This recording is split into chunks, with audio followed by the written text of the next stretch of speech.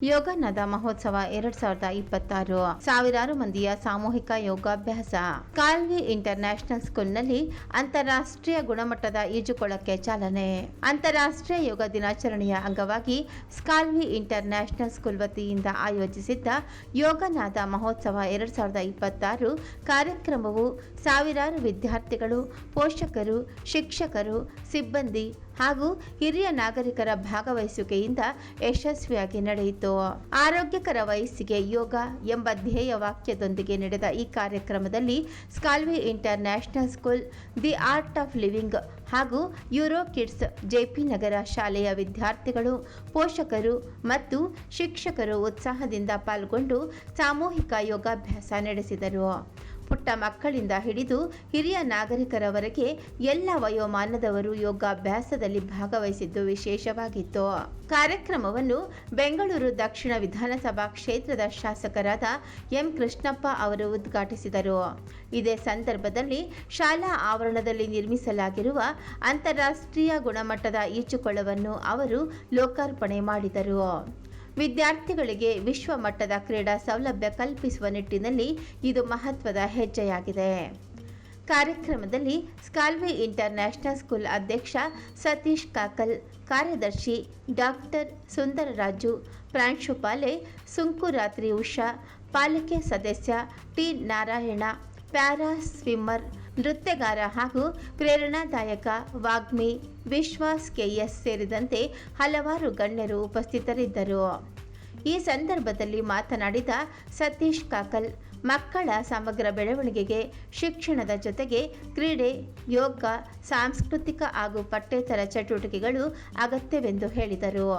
ಇವು ಮಕ್ಕಳಲ್ಲಿ ಆತ್ಮವಿಶ್ವಾಸ, ನಾಯಕತ್ವ ಗುಣ, ಶಿಸ್ತು ಮತ್ತು ದೈಹಿಕ ಸಾಮರ್ಥ್ಯವನ್ನು ಬೆಳೆಸಲು ಸಹಕಾರಿಯಾಗುತ್ತವೆ ಎಂದು ತಿಳಿಸಿದರು. ಡಾಕ್ಟರ್ ಸುಂದರರಾಜು ಮಾತನಾಡಿ, ಯೋಗನಾದ ಮಹೋತ್ಸವವು ಪುಟ್ಟ ಮಕ್ಕಳಿಂದ ಹಿರಿಯ ನಾಗರಿಕರವರೆಗೆ ಎಲ್ಲರನ್ನು ಒಗ್ಗೂಡಿಸಿದ ಅದ್ಭುತ ಕಾರ್ಯಕ್ರಮವಾಗಿದೆ ಎಂದರು. ಯೋಗವು ದೈಹಿಕ ಹಾಗೂ ಮಾನಸಿಕ ಆರೋಗ್ಯವನ್ನು ಕಾಪಾಡುವ ಜೀವನ ಶೈಲಿಯಾಗಿದ್ದು ಆರೋಗ್ಯಕರ ಸಮಾಜ ನಿರ್ಮಾಣಕ್ಕೆ ಸಹಕಾರಿಯಾಗಿದೆ ಎಂದು ಹೇಳಿದರು.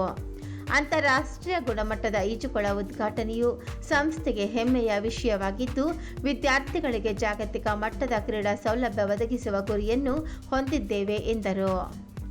ಯೂರೋ ಕಿಡ್ಸ್ ಜೆಪಿ ನಗರ ವಿದ್ಯಾರ್ಥಿಗಳ ಯೋಗ ಪ್ರದರ್ಶನಗಳು, ಸಾಮೂಹಿಕ ಯೋಗಾಭ್ಯಾಸ, ಆರೋಗ್ಯ ಜಾಗೃತಿ ಕಾರ್ಯಕ್ರಮಗಳು ಹಾಗೂ ವಿವಿಧ ಚಟುವಟಿಕೆಗಳು ಕಾರ್ಯಕ್ರಮದ ಪ್ರಮುಖ ಆಕರ್ಷಣೆಯಾಗಿದ್ದವು.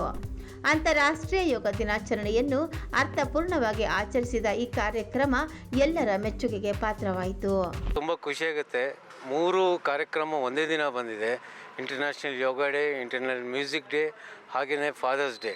ಸೊ ಈ 3 ಎಲ್ಲ ನಮ್ಮ ಸ್ಕಲ್ವಿ ಮತ್ತು ಯೂರೋ ಕಿಡ್ಸ್ ಇಂದ ನಾವು ಇದನ್ನು ಏರ್ಪಡಿಸಿದ್ದೀವಿ. ಮೇಡಮ್ ಹೇಳ್ದಂಗೆ 400 ಜನ ರಿಜಿಸ್ಟ್ರೇಷನ್ ಆಗಿದ್ದರು, 338 ಜನ ಬಂದಿದ್ದಾರೆ. ಸೊ ಕೆಲವರು ಕಾರಣಾಂತರದ ಬಂದಿಲ್ಲ. ಹಾಗೆಯೇ swimming is A most important. ಯಾಕಂದರೆ ಅದೊಂದೇ ಕ್ರೀಡೆ ಉಗುರಿಂದ ಹಿಡಿದು ಕೂದಲು ತನಕ ಆಗುವಂಥ ಎಕ್ಸಸೈಸು. ಸೊ ಅದಕ್ಕೋಸ್ಕರ ಮೇಡಮ್ ನಮಗೆ ತುಂಬ ಪ್ರೆಷರ್ ಆಗ್ತಾನೇ ಇದ್ದರು, ಪೂಲ್ ನಮಗೆ ಬೇಕು. ಯಾಕಂದರೆ ನಾವು ಇಲ್ಲೇ 7th ಫೇಸಿಗೆ ಹೋಗಿ ಸ್ವಿಮ್ಮಿಂಗ್ ಮಾಡ್ತಾಯಿದ್ರು ಮಕ್ಕಳು. 20 ಮಿನಿಟ್ಸ್ ಟ್ರಾವೆಲಿಂಗಿಗೆ ಹೋಗ್ತಾಯಿತ್ತು. ಸೊ ಅದಕ್ಕೋಸ್ಕರ ಈ ಸತಿ ನಾವು ಅದನ್ನು ಮಾಡ್ತಾಯಿದ್ದೀವಿ.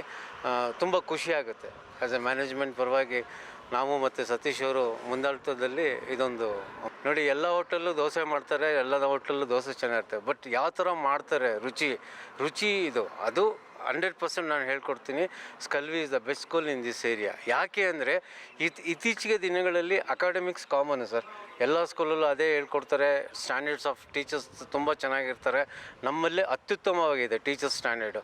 ಅಪಾರ್ಟ್ ಫ್ರಮ್ ದಿಟ್ ಈಗ ಮಕ್ಕಳಿಗೆ ಏನಂದರೆ ಆಫ್ಟರ್ ಸ್ಕೂಲ್ ಆ್ಯಕ್ಟಿವಿಟೀಸ್ ತುಂಬ ಇಂಪಾರ್ಟೆಂಟು. ಯಾಕಂದರೆ ಇಬ್ಬರು ಪೇರೆಂಟ್ಸು ಕೆಲ್ಸಕ್ಕೆ ಹೋಗ್ತಾರೆ. ಕೆಲ್ಸಕ್ಕೆ ಆದಮೇಲೆ ಈವೊಂದು ಆ ಮಕ್ಕಳಾಗಲಿ ಪೇರೆಂಟ್ಸ್ ಆಗಲಿ ಇಂಟ್ರೆಸ್ಟ್ ಇದ್ದರೆ ಅವ್ರು ಬಾಸ್ಕೆಟ್ಬಾಲ್ ಆಗಲಿ, ಕ್ರಿಕೆಟ್ ಆಗಲಿ, ಯಾವುದೇ ಒಂದು ಕ್ರೀಡೆಗೆ ಹೋಗೋದಕ್ಕಾಗೋದಿಲ್ಲ.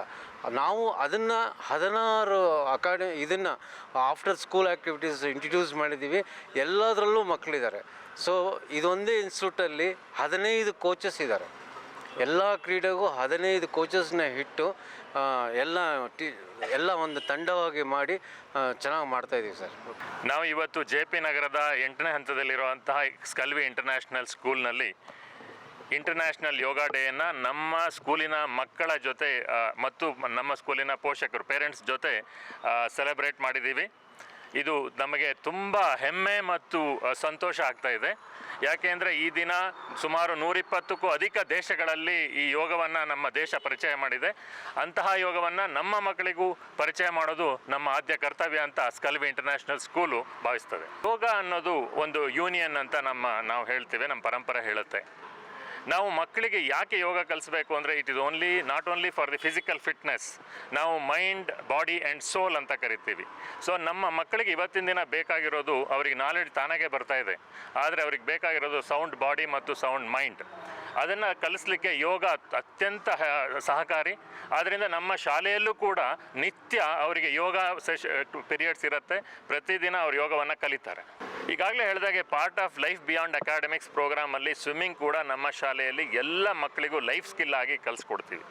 ಸೊ ಆದ್ದರಿಂದ ಇವತ್ತು ಇಂಟರ್ನ್ಯಾಷನಲ್ ಯೋಗ ಡೇ ದಿನ ನಮ್ಮ ಶಾಲೆಯ ಸ್ವಿಮ್ಮಿಂಗ್ ಪೂಲನ್ನು ಸೆಮಿ ಒಲಿಂಪಿಕ್ ಅಂತ ಕರಿತೀವಿ, ಅಂತಹ ಸೈಜಿನ 25 ಮೀಟ್ರು ಮತ್ತು 8 ಮೀಟ್ರಿನ ಸ್ವಿಮ್ಮಿಂಗ್ ಪೂಲನ್ನು ಇಂದು ನಮ್ಮ ಮಾನ್ಯ ಶಾಸಕರಾದ ಎಂ ಕೃಷ್ಣಪ್ಪ ಅವರು ಮತ್ತು ವಿಶ್ವಾಸ್ KS ಅವರು ಬಂದು ಇನಾಗ್ರೇಟ್ ಮಾಡ್ತಾ ಇದ್ದಾರೆ. ಅದನ್ನು ಎಲ್ಲಕ್ಕೆ ಲೋಕಾರ್ಪಣೆ ಮಾಡಲಿಕ್ಕೆ ನಾವು ತುಂಬ ಉತ್ಸಾಹದಿಂದ ಇದ್ದೇವೆ. My name is Sankrantri Usha. I am the principal of Skalvi International School, and it is a very lucky day that three things have come together: Father's Day, Yoga Day, and World Music Day. So we combined and we are doing the program here at Skalvi.